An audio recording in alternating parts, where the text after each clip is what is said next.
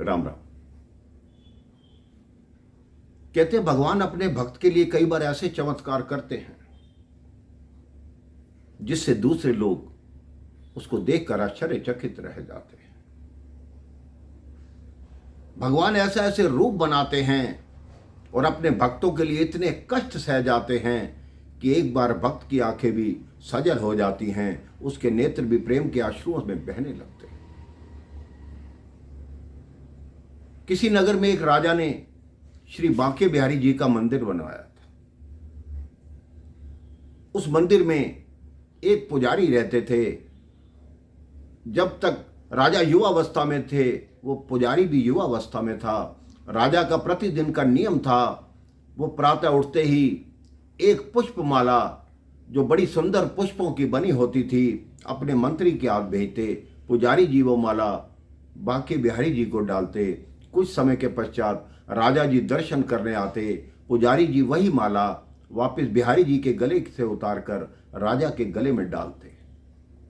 ये नियम कई वर्षों तक चलता रहा। राजा भी वृद्ध हो गए, पुजारी भी वृद्ध हो गए, लेकिन ये नियम नहीं टूटा। एक दिन राजा की तबीयत थोड़ी खराब थी। उसने अपने मंत्री को भेजा कि जाओ ये पुष्पमाला मंदिर में ले जाओ और पुजारी जी से कहना मैं आज आ नहीं पाऊंगा, मेरी तबीयत ठीक नहीं है। मंत्री ने वो पुष्पमाला पंडित जी को दी, पुजारी जी को दी।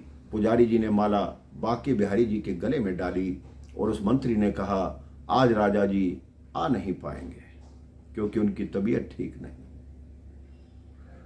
पुजारी ने मंत्री के सामने ही वो माला उतारी बांके बिहारी जी के गले से और अपने गले में डाल ली। इतने में ही दूसरा मंत्री पीछे से भागता हुआ आया कि राजा जी कह रहे हैं कि मैं दर्शन के लिए आ रहा हूं। अब पुजारी ने कहा अगर राजा मेरे गले में ये माला देखेंगे तो हो सकता है मुझे कोई दंड दे दें। उन्होंने फिर वापस माला उतारी अपने गले से और बांके बिहारी जी को पहना दी। भक्त के गले से उतरी हुई माला बांके बिहारी जी को वापस पहना दी गई।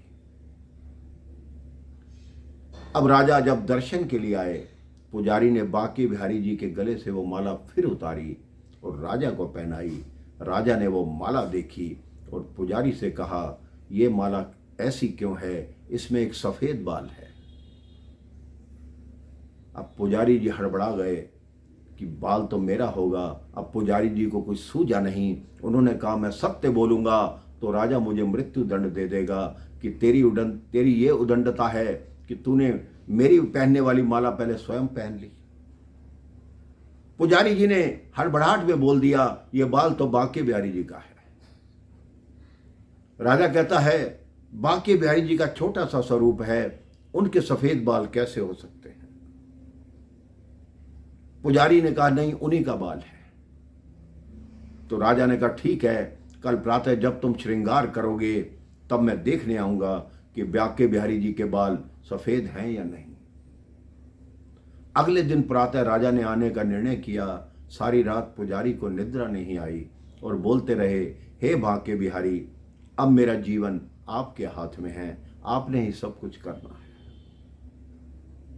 आप आश्चर्य मानेंगे मेरे भाई बहन, जब राजा प्रातः वहां आए, जब बांके बिहारी जी का श्रृंगार करना शुरू हुआ, राजा ने जब बाल देखे तो बांके बिहारी जी के पूरे बाल सफेद थे। राजा को फिर भी मन में शंका थी। उन्होंने कहा यह ना हो इस पुजारी ने बांके बिहारी जी के बालों पे कुछ लगा दिया हो ताकि वो सफेद दिखे। राजा ने बांके बिहारी जी के रूप का एक बाल खींचा, वहां से रक्त की धारा बहने लगी। राजा को बड़ी ग्लानि हुई कि मैंने ये क्या किया। तभी ही वहां भगवान प्रकट हुए। कह रहे राजा तूने मुझे मूर्ति ही समझा, उसने मुझे ठाकुर समझा।